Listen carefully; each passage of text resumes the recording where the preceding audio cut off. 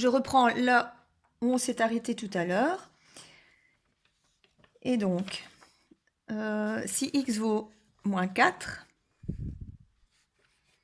donc moins 4 au carré plus y carré égale 25. Moins 4 au carré, 16, plus y carré égale 25. Y carré égale 25 moins 16. Y carré égale 9. Et donc, que vaut y? Quel est le nombre qui au carré donne 9? Eh bien, soit 3 ou moins 3. En effet, si je remplace y par 3, ben 3 au carré, ça fait bien 9. Si je remplace y par moins 3 au carré, ça fait bien 9. Je rappelle que le carré d'un nombre négatif est un nombre positif. Et donc, dans le tableau de valeurs, si x vaut moins 4, alors y vaut 3 ou moins 3. Si maintenant le x vaut moins 3, c'est toujours refaire le même travail. Moins 3 au carré plus y carré égale 25. Y carré égale 25 moins 3 au carré, 9, donc moins 9. Y carré égale 16. Que vaudra y? Soit 4 ou moins 4. En effet, 4 au carré égale 16, moins 4 au carré égale 16. Donc, si x vaut moins 3, je retrouve pour valeur d'y 4 ou moins 4. Si x vaut 0,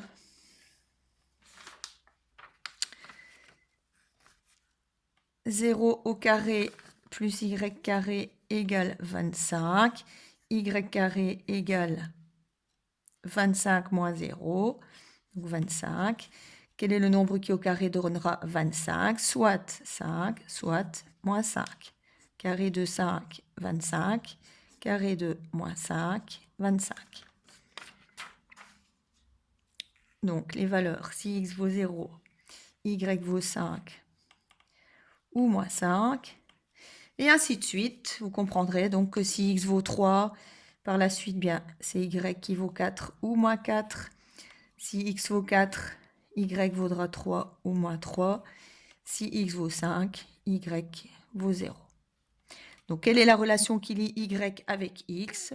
C'est l'équation que j'ai écrite en partie plusieurs fois. Donc, le carré de x plus le carré de y égale 25. Quel est le graphique qui correspond à cette équation et à ce tableau de valeurs? C'est le graphique numéro 1. Donc, quel est ce graphique? C'est un cercle ayant pour centre l'origine des axes et pour rayon, un rayon de 5 dans l'unité, l'échelle choisie. En effet, on peut retrouver quelques valeurs. Hein. Donc, on a différentes coordonnées qui sont reprises dans notre tableau de valeurs, dont celle-ci, qui correspond à 5, 0. Celle-ci qui correspond à moins 5, 0. Celle-ci qui correspond à 0,5. Celle-ci qui correspond à 0, moins 5. On retrouve les coordonnées aussi ici. Le point qui se trouve sur le cercle ici a pour abscisse 4 et pour ordonnée soit 3, donc ici, ou bien moins 3. Donc j'ai des valeurs pour x pour lesquelles on a plus d'une valeur pour y. On reprendra par la suite les explications. Ici, ce ne sera pas le graphique d'une fonction. Parce que pour toute valeur de x, on a plus d'une valeur pour y. Par exemple, donc ici, à la valeur x égale 4, on a deux valeurs correspondantes pour y. Soit 3, soit moins 3. Donc, on complète la feuille. Graphique numéro 1. Caractérisation du graphique. Donc, le graphique obtenu est un cercle Donc, cercle. Sachant qu'à certaines valeurs de x correspondent deux valeurs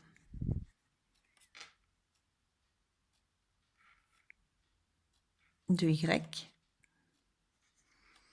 ce qui implique que ceci n'est pas le graphique d'une fonction. Ce n'est pas le graphique d'une fonction.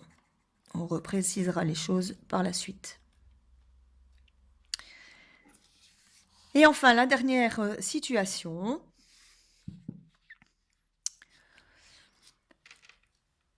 Le carré, l'aire d'un carré se traduit par la formule c carré, côté fois côté. Donc quand on prend la mesure d'un côté d'un carré et qu'on multiplie côté par côté, on obtient donc l'aire du carré.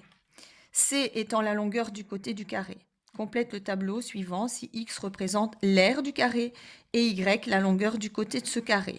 Si on prend la formule générale, c carré exprime l'aire d'un carré de côté C.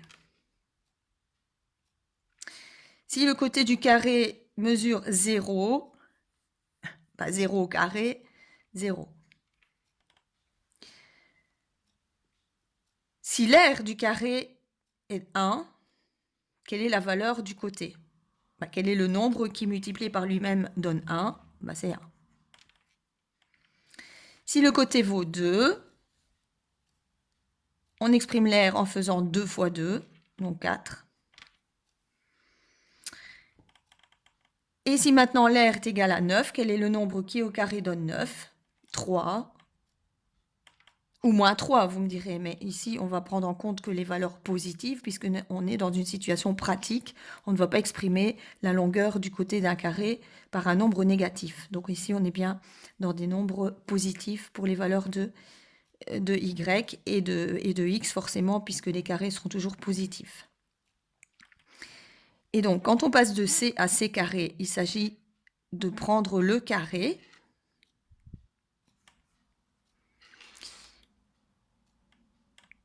Mais l'opération inverse, la fonction contraire de je prends le carré, c'est je prends la racine carrée. Et donc la racine carrée de 9 égale 3.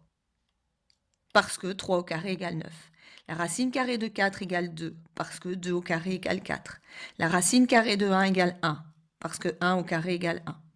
Racine carrée de 0 égale 0, car 0 au carré égale 0. Donc, quelle est la relation qui lie y avec x?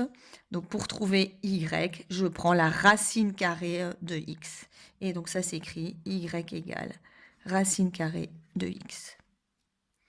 Alors, par élimination, on comprendra bien que le graphique qu'il reste, c'est le graphique numéro 6. Mais si on analyse un petit peu le graphique, eh bien, on retrouve les valeurs de notre tableau 1.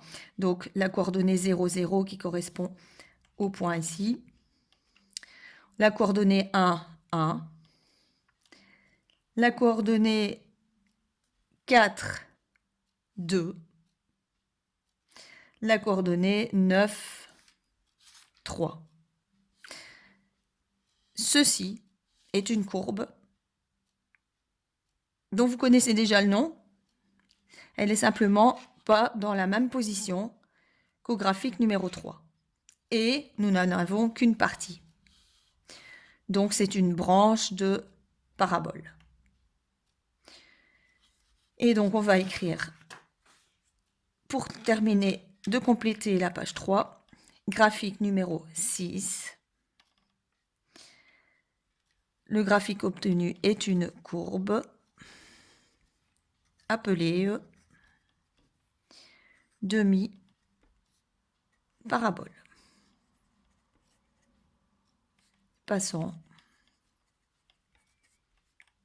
par l'origine